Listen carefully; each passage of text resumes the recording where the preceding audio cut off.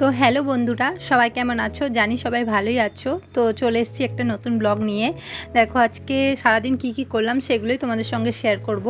যে আমি ডোডোকে স্নান করিয়ে নিলাম, তার আগে আমার অর্ধেক রান্না হয়ে আছে, এখন আমার অর্ধেক রান্না হয়নি। কিছু করার নেই, এভাবেই আমার কাটে। তো ওকে চানটা না করালেই নয়, কারণ কি দুপুর বেলা হয়ে গেলে ওর ঠান্ডা লেগে যেতে পারে, সেজন্য ওকে তাড়াতাড়ি চানটা করিয়ে নিলাম। ও কিন্তু চান করতে গেলেই কান্নাকাটি করে। তো যাই হোক, কান্নাকাটির পর্ব শেষ হয়ে গেছে, এখন চান করে নিয়েছে। এবার আমি ওকে একটা ছোট্ট করে টিপ পরিয়ে দিলাম। এবারে ও কিন্তু কাজল পরার পরেই কাজলটা কিন্তু ও দিতে চায় না কোনো সময়তেই। দেখো ওর কতটা হাসি, এখানে কাজলটা নিয়ে নিচ্ছি বলে। তো চলে এসেছি আমি ওর খাবার তৈরি করতে। মিক্সিতে আমি খাওয়াই না, ছাঁকনিতেই খাওয়াই, কিন্তু আমার ছাঁকনিটা যেহেতু ভেঙে গেছে সেহেতু আমি এখন মিক্সিতেই খাওয়াচ্ছি। তো আমি ডিমটা আর ডাল সব সিদ্ধ করে নিয়েছিলাম আগে থেকেই, এখন আমি রেডি করে নিয়েছি।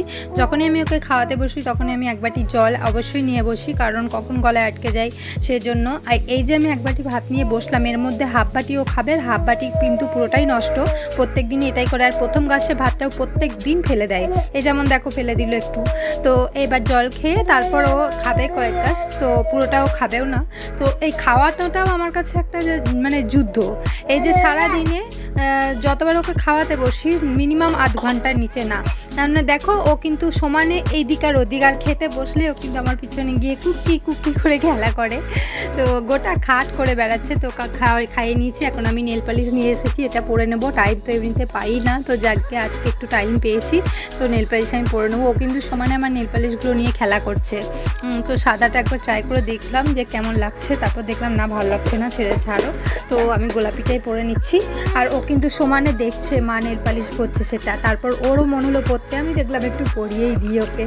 বাচ্চা তো, এখন ছেলে হলো তো কি হলো, বাচ্চা তো, বাচ্চাকে পরানোই যায়, তো সেজন্য দেখতেও খুব ভালো লাগে।